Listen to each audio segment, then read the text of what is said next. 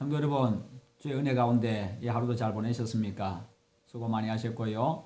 오늘도 하나님 앞에 또 말씀을 들으며 말씀으로 위로받고 또 새 힘 얻고 또 새로운 마음으로 매일매일 살아가시기를 바랍니다. 오늘 저녁도 하나님의 은총 가운데 모두 다 평안한 저녁 되시기를 바랍니다.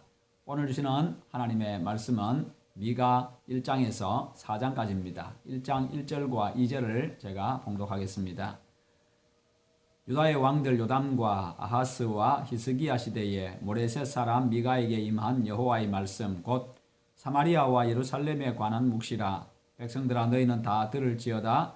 땅과 거기에 있는 모든 것들아 자세히 들을지어다. 주 여호와께서 너희에게 대하여 증언하시되 곧 주께서 성전에서 그리하실 것이니라. 아멘. 오늘 말씀은 죄와 심판에 대한 말씀입니다. 미가서는요, 주전 약 700년경에 미가 선지자가 유다의 부패한 지도자들에 대한 하나님의 심판과 그리고 장차 메시아로 인해서 성취될 이 회복과 구원에 대하여서 기록한 성경입니다. 오늘 말씀 1장은 사마리아와 유다에 대한 하나님의 심판, 그리고 2장은 유다족 속의 죄와 하나님의 은혜, 3장은 지도자들의 죄와 임박한 멸망에 대해서, 그리고 4장은 시온의 영광을 기록하고 있습니다. 여기서 얻을 수 있는 교훈 첫째는요, 죄는 반드시 하나님의 심판의 이유가 된다는 것입니다. 이스라엘이 하나님 앞에 죄를 지었습니다. 그 죄로 말미암아서 여지없이 무너지고 맙니다.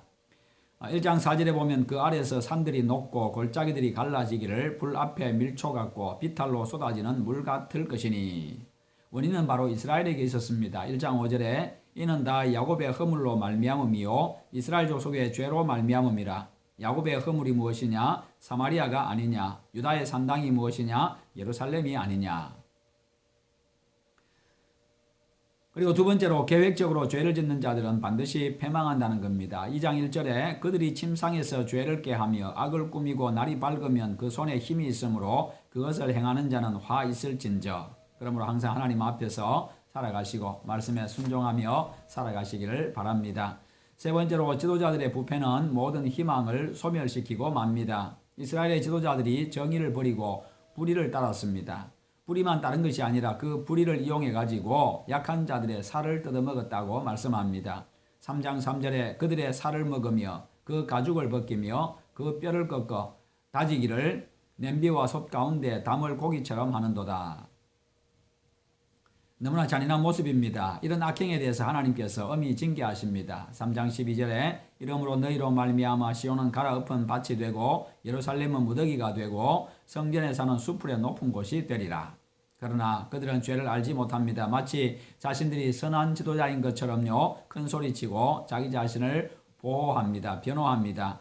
3장 5절과 6절에 내 백성을 유혹하는 선지자들은 이에 물 것이 있으면 평강을 외치나 그 입에 무엇을 채워주지 아니하는 자에게는 전쟁을 준비하는도다. 이런 선지자에 대하여 여호와께서 이르시되 그러므로 너희가 밤을 만나리니 이상을 보지 못할 것이요 어둠을 만나리니 점치지 못하리라 하셨나니 이 선지자 위에는 해가 져서 낮이 캄캄할 것이라.